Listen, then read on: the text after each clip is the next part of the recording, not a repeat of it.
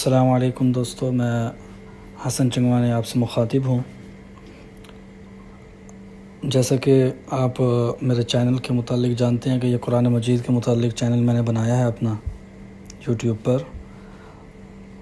تو آج سے ہم نے سوچا انشاءاللہ ہم اس کے اوپر روزانہ یا جتنا ممکن ہو سکے ہفتے میں 2-3 ویڈیوز تجوید کے علم کے متعلق اپلوڈ کریں گے، کیونکہ بہت سے لوگ جو خواتین خصوصاً اور مرد حضرات جن کے پاس فرصت نہیں ہے، ٹائم ٹیبل کچھ اس طرح کا ان کا مصروف ہے کہ وہ تجوید سیکھنے کے لیے باقاعدہ کسی اسکول کسی مدرسے میں نہیں جا سکتے، تو یہ ان کے لیے ایک بہت ہی شاندار موقع ہے کہ وہ اس چینل کے تھرو انشاءاللہ تجوید کا علم حاصل کر سکیں گے انشاءاللہ۔ تو دوستو، جیسا کہ انشاءاللہ آپ کو میں نے بتایا ہے کہ ہم انشاءاللہ تجوید کے متعلق اس کے اوپر ایک سیریز شروع کر رہے ہیں، تو اس سے پہلے ہم آپ کو بتا دیں کہ تجوید کیوں ضروری ہے اور اس کی اہمیت اور اس کا فضیلت کیا ہے۔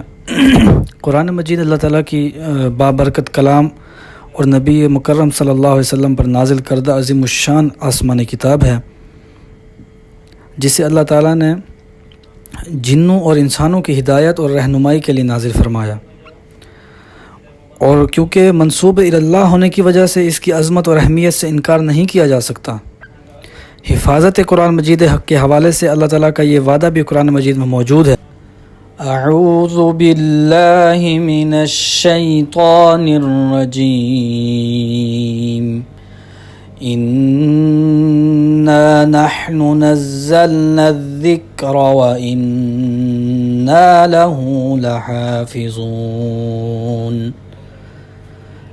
اللہ تعالیٰ نے یہ وعدہ قرآن مجید میں کیا ہے کہ بے شک ہم نے نازل کیا اس قرآن مجید کو، اس ذکر کو، یعنی کہ قرآن مجید کو، وَإِنَّا لَهُ لَحَافِظُونَ، اور اس کی حفاظت بھی ہمارے ذمہ ہے اور اس کے محافظ بھی ہم ہیں۔ اللہ تعالیٰ کا یہ وعدہ قرآن مجید کے حروف، معانی، رسم سمیت جملہ امور پر مشتمل ہے۔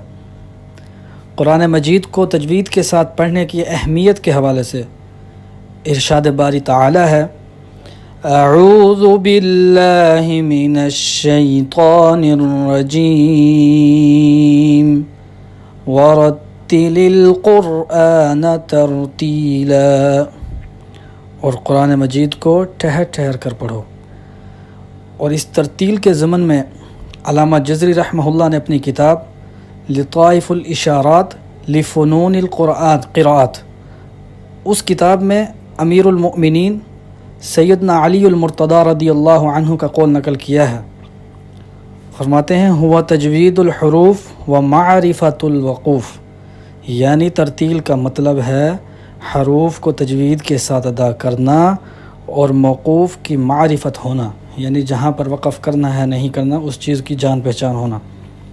اسی طرح علامہ جزری رحمہ اللہ اپنی منظوم کتاب المقدمہ میں فرماتے ہیں، والأخذ بالتجوید حتم اللازم، علم تجوید حاصل کرنا واجب اور ضروری ہے، من لم یجود القرآن آثم، اللہ اکبر، اور تجوید کے ساتھ قرآن نہ پڑھنے والا گناہ گار ہے، لأنہ بہ الإلہ انزلا، پھر انہوں نے وجہ بتائی کیونکہ اللہ تعالیٰ نے قرآن مجید کو اسی تجوید کے ساتھ نازل کیا، وَهَكَذَا مِنْهُ إِلَيْنَا وَصِلًا، اور اسی تجوید کے ساتھ اللہ تعالیٰ کی طرف سے ہم تک پہنچا۔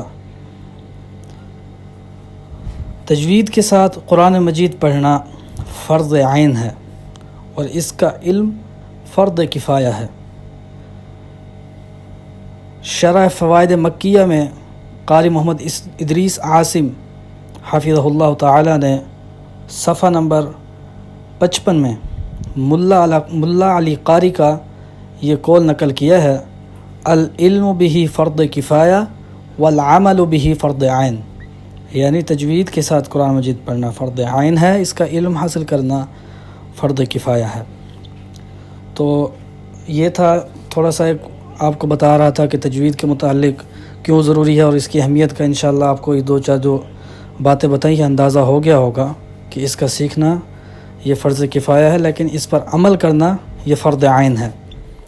تو دوستو، تجوید کی جو تعریف ہے لغوی اعتبار سے اس کے معنی ہے عمدہ کرنا، اچھا کرنا، اور مجودین کی اصطلاح میں ہر حرف کو اس کے مخرج سے بغیر کسی تکلف کے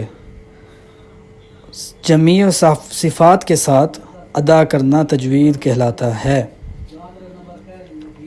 اور اسی طرح آج کا جو ہمارا یہ پہلا جو سبق ہے وہ ایک تو آپ نے تجوید کی تعریف یاد رکھنی ہے کہ اس کے لغوی معنی کیا ہیں اور اصطلاحی معنی کیا ہیں، اور دوسرے نمبر پر جو ہمارا سبق ہے آج کا وہ ہے تجوید کی بعض ضروری اصطلاحات۔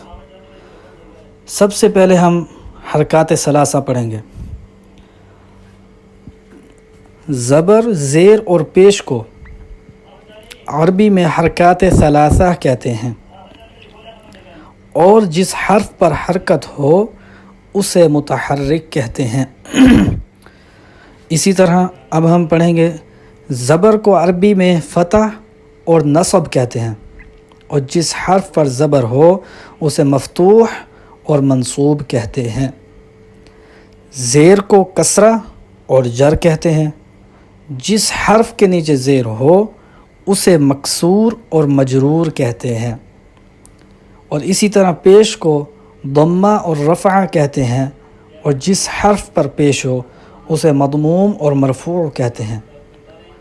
یہ تو حرکات ثلاثہ کا ہوا۔ اب آتے ہیں ساکن کی طرف۔ ایسا حرف جس پر کوئی حرکت نہ ہو، یہ جو 3 حرکات میں نے آپ کو بتائی ہیں، زبر، زیر اور پیش، ان 3 حرکات میں سے کوئی حرکت نہ ہو ساکن کہلاتا ہے، یعنی کہ مجزوم ہو۔ جس طرح کہ ہم پڑھتے ہیں ال کا جو لام ہے اس کے اوپر نہ زبر ہے، نہ زیر ہے، نہ پیش ہے، تو یہ کیا ہوا؟ ساکن ہوا۔ اب آتے ہیں مشدد کی طرف۔ جس حرف کے اوپر شد آ جائے اسے مشدد کہتے ہیں۔